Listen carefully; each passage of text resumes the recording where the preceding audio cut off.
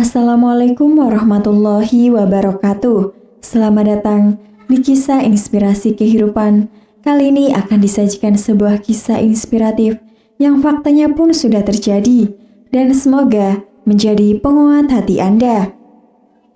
Punya 4 anak, tapi tidak ada satupun yang peduli padanya.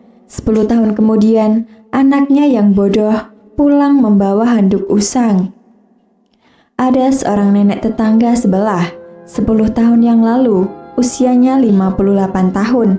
Nenek Uang orangnya ramah dan lembut. Siapapun orang desa yang punya hajatan, Nenek Uang selalu datang membantunya. Karena nenek pun sudah meninggal, jadi dia aku anggap seperti nenekku sendiri. Nenek Uang memiliki 4 anak, 2 laki-laki dan 2 perempuan. 3 anaknya sudah menikah dan salah satu putranya yang sudah menikah memiliki anak. Sementara putra satunya lagi belum menikah. Dia terlihat seperti anak yang bodoh. Saat itu dia bekerja di pabrik batu bara. Mungkin ada yang berpikir hidup Nenek Uang sangat nyaman dan bahagia.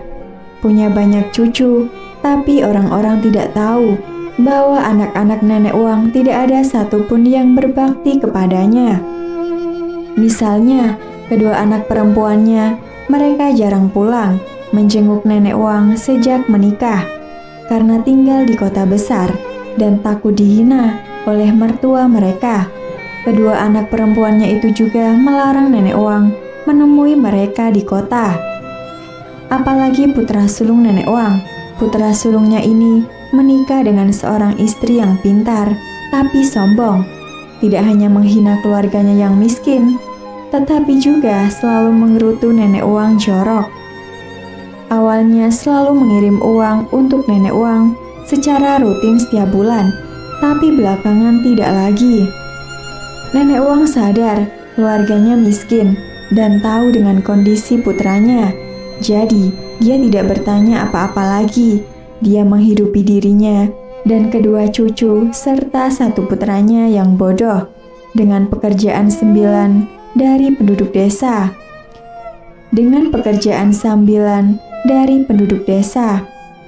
Daguo, putra Nenek Uang yang bodoh ini, sebenarnya tidaklah bodoh, hanya saja orangnya sangat lugu, jujur, dan polos, dan pekerja keras. Tetapi karena karakternya ini, sehingga sering dibilang bodoh, termasuk kakak ipar perempuannya. Daguo sebenarnya bukan anak kandung Nenek Uang. Daguo adalah anak yang dipungutnya saat Nenek Uang masih muda dulu. Karena iba melihat anak itu, Nenek Uang kemudian mengadopsinya. Awalnya, anak-anak Nenek Uang tidak setuju Nenek Uang mengadopsi anak itu. Ketika Nenek Uang bersikeras dengan keputusannya dan meminta anak-anaknya agar bersikap baik pada Daguo, anak angkatnya. Pada suatu hari, Nenek Uang menangis, menyalahkan dirinya yang tidak bisa menjaga dengan baik anak bodohnya itu. Daguo, anaknya yang lugu itu, telah pergi entah kemana. Bukan main cemas dan paniknya Nenek Uang. Dia mencari-cari di pelosok desa, bertanya pada tetangga, namun nihil. Daguo raib entah kemana. Demikianlah waktu pun berlalu dengan cepat.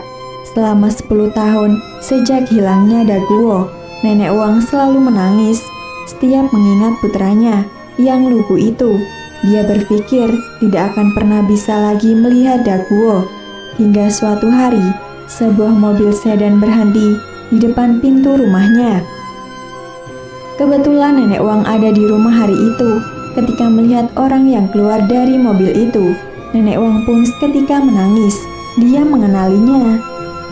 Pria parubaya di depannya dengan setelan jas itu, bukankah Daguo, putranya yang hilang selama bertahun-tahun itu?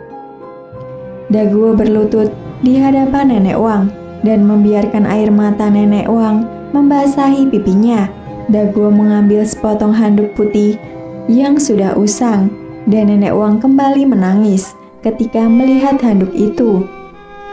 Ternyata 10 tahun silam itu, Dago sendiri menyadari bahwa sakitnya akan menghabiskan banyak uang. Jadi, agar tidak menyusahkan nenek Wang, Dago pun pergi dari rumah. Dia mengemis untuk bertahan hidup, kemudian bekerja serabutan. Belakangan, dia ke kota dan bertemu dengan seseorang yang membantunya bekerja di sebuah pabrik. Karena keulatannya dalam bekerja, kemudian dia membangun karirnya dan menjadi kontraktor kecil, dan handuk kecil itu adalah pemberian nenek Wang untuknya menyeka keringat saat dia bekerja di pabrik batu bara ketika itu. Demikian kisah yang bisa kami sampaikan. Semoga bisa bermanfaat untuk kita semua. Akhirul kalam, lillahi taufiq wal hidayah. Wassalamualaikum warahmatullahi wabarakatuh.